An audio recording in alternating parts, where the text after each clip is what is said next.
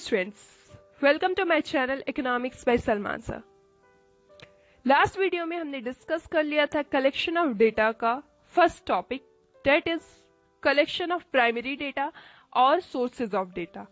आज इस वीडियो में हम बात करेंगे एक अच्छे क्वेश्चनर का construction of a good questionnaire और कलेक्शन ऑफ सेकेंडरी डेटा। ठीक है, तो चलो पहले स्टार्ट करते हैं कंस्ट्रक्शन ऑफ गुड क्वेश्चनर से। मैंने आपको बताया था क्वेश्चनर क्या होते हैं।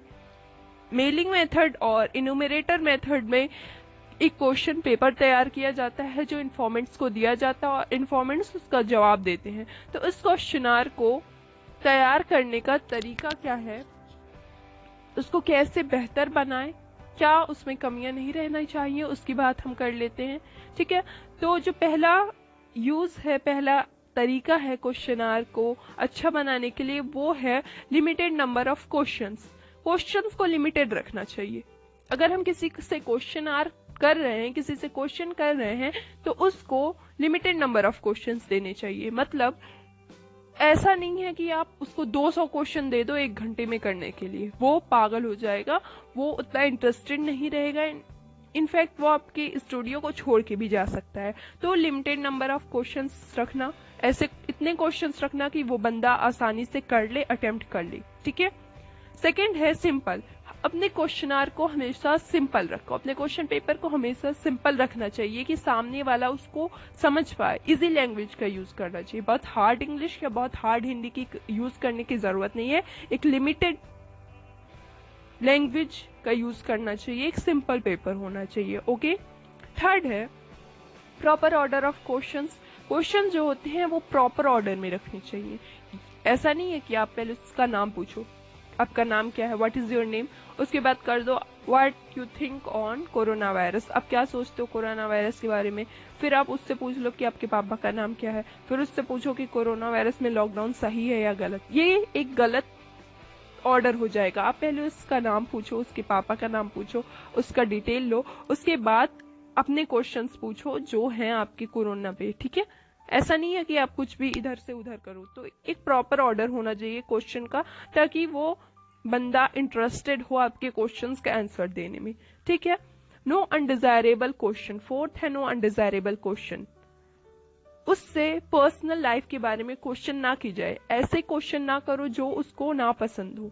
इन्फॉर्मेंट से एक बेसिक पब्लिक लाइफ के क्वेश्चंस करने चाहिए, उसके पर्सनल लाइफ में ज्यादा नहीं झुकना चाहिए अगर उसको पसंद ना हो तो। ठीक है, फिफ्थ है नो कॉन्ट्रोवर्सियल। लड़ाई झगड़े भड़काऊ टाइप के क्वेश्चन नहीं होने चाहिए। जैसे आप धर्म पे पूछ लो, क्या मुस्लिम धर्म खराब है, आप उससे भड़काऊ टाइप के क्वेश्चन नहीं पूछोगे। ऐसा क्वेश्चन ना होना चाहिए क्वेश्चनर में जिससे सामने वाला भड़के, जिससे इन्फॉर्मेंट्स को बुरा लगे।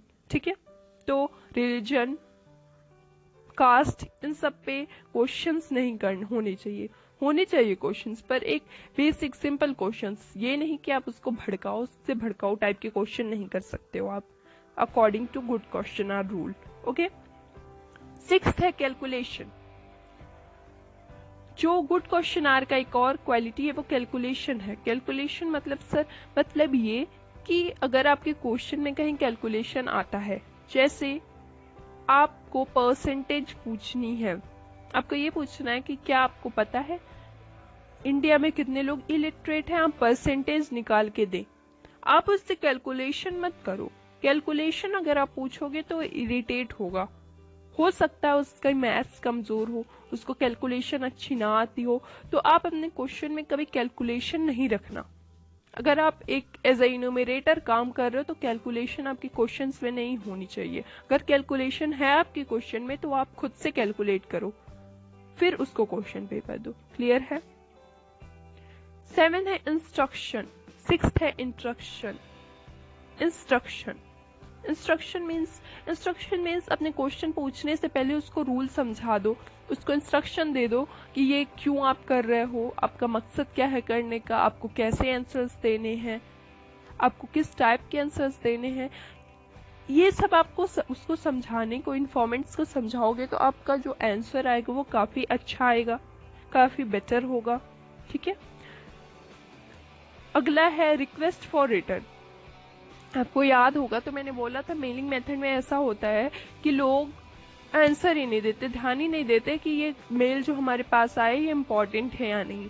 तो आप उस मेल के साथ एक रिक्वेस्ट जरूर करो कि सर प्लीज आप हमें आंसर सेंड करें, ये बहुत अच्छा होगा हमारे लिए, या आप उससे थैंक यू बोलें, कुछ ऐसा करें जिससे वो आपसे इम्प्रेस हो और वो आपके क्वेश्चंस का आंसर दे। तो हमेशा एक क्वेश्चनार बनाने से पहले आप उससे रिक्वेस्ट करो, आंसर के लिए रिक्वेस्ट करो। ठीक है, क्लियर है। और एक और है प्री टेस्टिंग, जिसको कहते हैं पायलट सर्वे। अब पायलट सर्वे को समझो, इंपॉर्टेंट है। पायलट सर्वे एक सैंपल है। कैसे सैंपल है सर? सैंपल ये है कि अगर आपका आज डेट है 3 मई, ठीक, आपको देना है एक क्वेश्चनार प्रिपेयर करना है 10 मई को, एक आपका बहुत बड़ा ऑडिशन है 10 मई को, आपको क्वेश्चनार से क्वेश्चन पूछने हैं लोगों से, तो आप उससे पहले 10 मई से पहले 5 तारीख को अपना क्वेश्चनार प्रिपेयर कर लो और एक सैंपल करो। इन्फॉर्मेंट्स को बैठाओ, अपने क्वेश्चन पेपर लो, उनसे क्वेश्चन करो।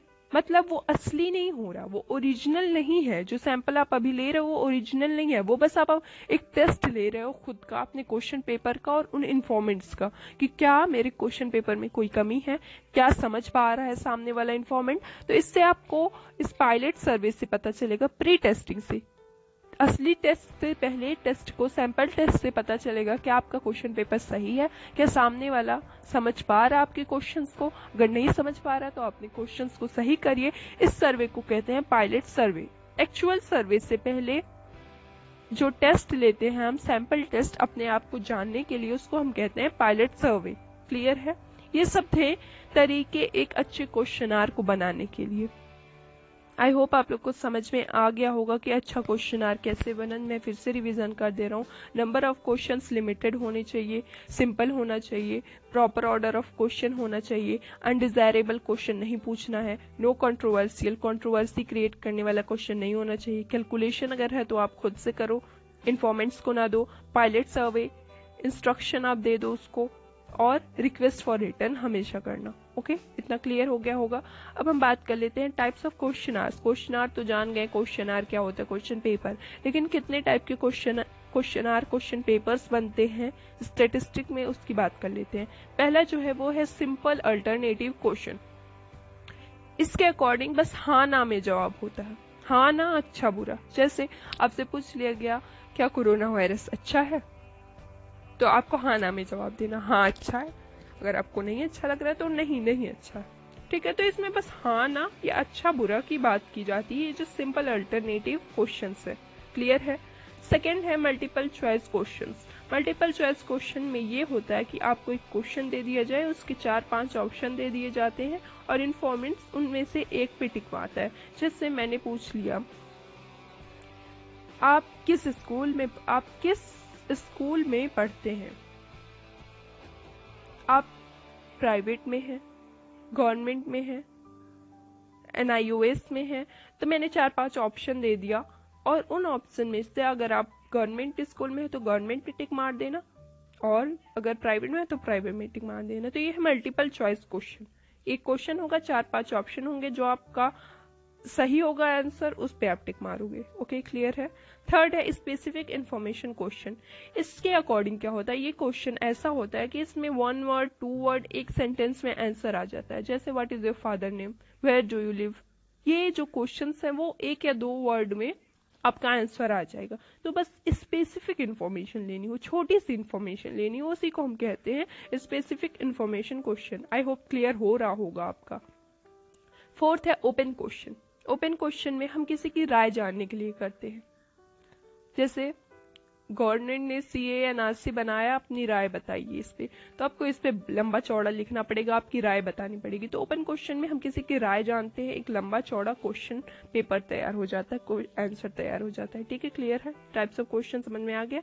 सिंपल अल्टरनेटिव क्वेश्चन, हाँ ना वाला, multiple choice, optional, specific information, जब 1 वर्ड 2 वर्ड में आंसर आ जाए, जनरल इंफॉर्मेशन लेनी हो हमें, और ओपन क्वेश्चन जब किसी की राय जाननी हो। ठीक है, अब हम बात कर लेते हैं कलेक्शन ऑफ सेकेंडरी डेटा की। हमने पढ़ लिया था लास्ट वीडियो में कलेक्शन ऑफ प्राइमरी डेटा कैसे होते हैं, उसके तरीके। अब हम बात करते हैं कलेक्शन ऑफ सेकेंडरी डेटा की। कलेक्शन ऑफ सेकेंडरी डाटा दो जगह से होता है, एक है पब्लिश्ड सोर्स, एक है unpublished source. Sir published source क्या है, अनपब्लिश्ड सोर्स क्या है? पब्लिश्ड सोर्स वो है जो गवर्नमेंट, कोई एजेंसी या कोई रिसर्च ऑर्गेनाइजेशन लोगों के लिए रिपोर्ट पब्लिश करे मतलब जारी करे सबके लिए। जैसे इंडिया का कोई रिपोर्ट हो गया, पॉपुलेशन सेंसस ऑफ इंडिया, तो गवर्नमेंट ने उसको इंटरनेट पे अपलोड कर लिया ताकि हर कोई जान सके उसके बारे में, पब्लिश कर दिया उसको कॉमन पीपल के लिए, तो वो होता है पब्लिश्ड सोर्स। अनपब्लिश्ड सोर्स क्या होते हैं?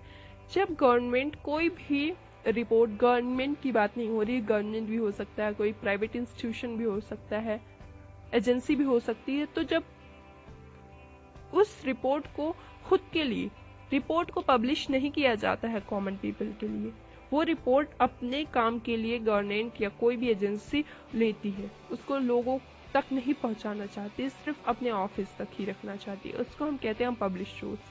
जैसे पुलिस स्टेशन में एफआईआर पड़े होते हैं, इतने सारे एफआईआर होते हैं, लेकिन उसको लोगों के सामने दिखाया जाता है किसके नाम पे कितना एफआईआर है, किसके नाम पे कितना एफआईआर है? क्या उसकी कोई लिस्ट पब्लिश होती है? नहीं, वो अपने काम के लिए उन लोगों ने रखा है, पुलिस स्टेशन ने अपने काम के लिए रखा, वो कॉमन पीपल के लिए नहीं है, तो उसको हम कहते हैं अनपब्लिश्ड सोर्स। और पब्लिश्ड सोर्स जो गवर्नमेंट ने सबके लिए खोल दिया है कि आप कोई भी इंफॉर्मेशन आके ले सकता है, ठीक है।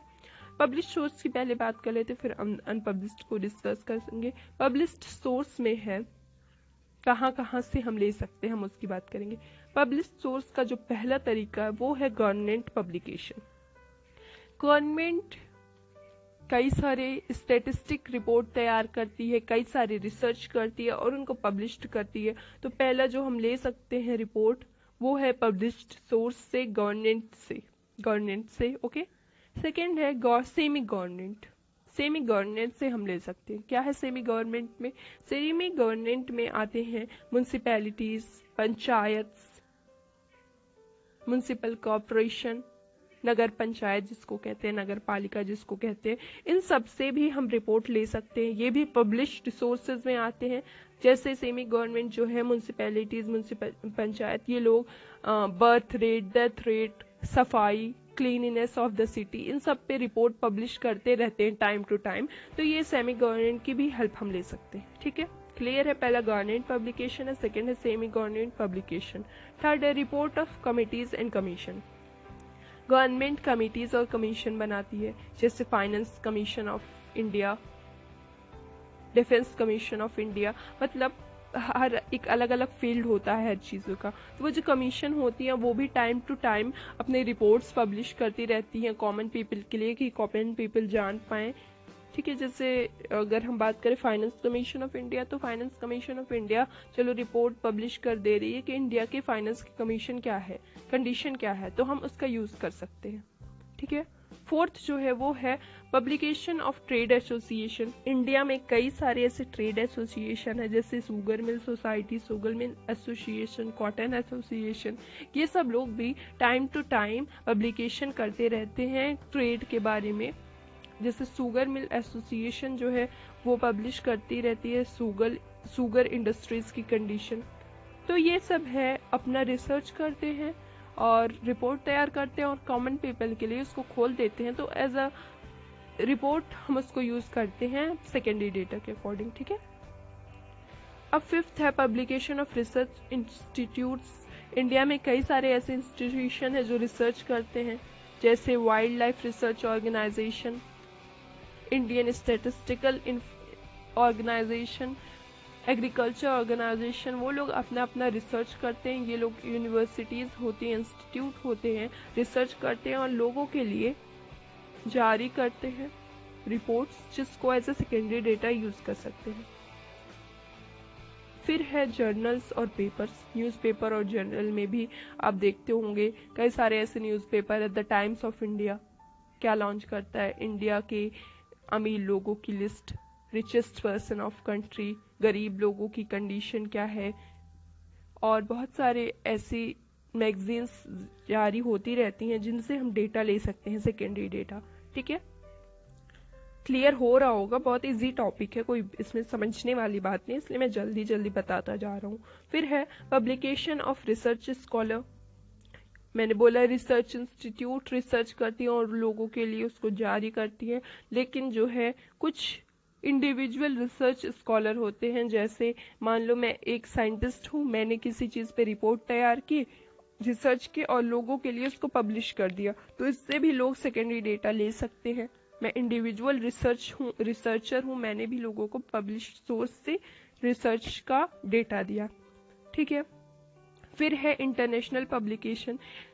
इंटरनेशनल पब्लिकेशन से सब लोग वाकिफ होंगे, यूएनओ, WHO रिपोर्ट तैयार ही करता रहते हैं हमेशा। जैसे WHO आजकल कोरोना पे इतनी ज्यादा रिपोर्ट्स तैयार करता जा रहा है।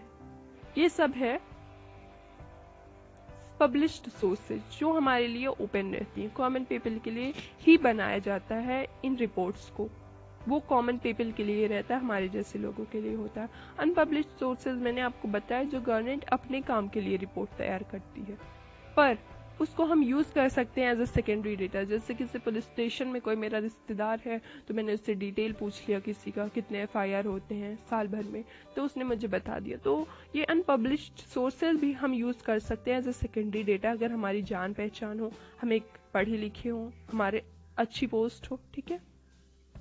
अब ये था ओवरऑल सेकेंडरी डाटा का कहानी कि कहाँ से हम ले सकते हैं। फिर से रिवीजन कर दूं पब्लिश्ड सोर्सेज की, गवर्नमेंट से ले सकते हैं, सेमी गवर्नमेंट से ले सकते हैं, रिपोर्ट ऑफ कमिटीज और commission, publication of trade association, publication of research institute, journals और papers, publication of research scholars और इंटरनेशनल पब्लिकेशंस। क्लियर है, अनपब्लिश्ड सोर्सेज की बात हो गई। अब एक दो पॉइंट्स हैं, समझ लो, कोई अलग पॉइंट नहीं है, इसी से लिंक है कि सेकेंडरी डेटा का जो दो बहुत इंपॉर्टेंट है, मतलब पब्लिश्ड सोर्सेज की ही हम बात कर रहे हैं। पब्लिश्ड सोर्सेज में दो रिपोर्ट्स बहुत फेमस है, वो दो रिपोर्ट्स क्या हैं? पहला है सेंसस ऑफ इंडिया, सब जानता है हर 10 साल पे सेंसस ऑफ इंडिया होती है, जनगणना, जो कौन पब्लिश करता है? Registrar general of census commission. कौन करता है? Registrar general of census commission. इस सेंसस में क्या होता है? पॉपुलेशन ऑफ इंडिया, कितनी जनसंख्या है, प्लस लिटरेसी भी, लिटरेसी रेट देखते हैं, कितने लोग पढ़े लिखे हैं, सेक्स कंपोजिशन देखते हैं, जेंडर देखते हैं, कौन कितने मेल हैं कितने फीमेल हैं, डेमोग्राफिक प्रोफाइल में भी बर्थ रेट डेथ रेट देख लिया जाता है। ये सब जो है, ये सेंसस ऑफ इंडिया कहने का मतलब एक बहुत अच्छा सेकेंडरी डेटा का तरीका है, बहुत ये अच्छा सोर्स है जहां से हम सेकेंडरी डेटा ले सकते हैं। तो ये था सेंसस ऑफ इंडिया। क्लियर है? मतलब ये टॉपिक बताने का बस सिंपल सा ये मतलब है कि दो फेमस जगह जहां से हम सेकेंडरी डेटा ले सकते हैं। तो पहला है सेंसस ऑफ इंडिया, यहाँ से हमें क्या रिपोर्ट मिलती है? Literacy rate, gender rate, gender determination और population of India, birth rate, death rate, इन सब की इंफॉर्मेशन मिल जाती है। दूसरा है NNSO, national sample survey officer. क्या? National sample survey office, NNSO। ये जो NNSO है, ये रिपोर्ट तैयार करती है लैंड पे, जमीनों पे, हाउसिंग पे, माइग्रेशन कितने हुए, एम्प्लॉयमेंट, अनएम्प्लॉयमेंट, इन सब पे रिपोर्ट तैयार करती है। और हर 3 महीने पे एक मैगजीन देती है जिसका नाम है सर्वेक्षण। हर 3 महीने पे ये एक मैगजीन पब्लिश करती है जिसको कहते हैं सर्वेक्षण, और हर साल पे एनुअली एक रिपोर्ट बनाती है जिसको NNSO रिपोर्ट कहते हैं। ये सब सेकेंडरी डेटा के बहुत अच्छे सोर्स है जहां से आप सेकेंडरी डेटा ले सकते हो। क्लियर है? फर्स्ट क्या था? सेंसस ऑफ इंडिया, सेकेंड है NNSO। ठीक है, ये था हमारा second chapter, collection of data, जो क्लियर हो गया होगा। आई होप बहुत हार्ड नहीं है, आप इसको बुक से रिवीजन करोगे ऑफ कोर्स क्लियर हो जाएगा। ठीक है, अब नेक्स्ट वीडियो में हम नेक्स्ट चैप्टर का डिस्कशन करेंगे। आज आप इसका रिवीजन कर लेना प्लीज। अगर आपको कोई भी डाउट रह जाता है तो आप मुझसे कांटेक्ट करके प्लीज अपने डाउट्स क्लियर कर लें, क्योंकि डाउट्स नहीं रखने चाहिए। देखो बच्चों, मैं प्लीज कहता हूँ, प्लीज डाउट क्लियर कर लो, क्योंकि डाउट नहीं रखने चाहिए किसी को भी। कहते हैं ना, half knowledge is dangerous than ignorance. जाहिल रहने से खतरनाक आधी नॉलेज रखना है। तो आप अपने डाउट्स क्लियर कर लेना।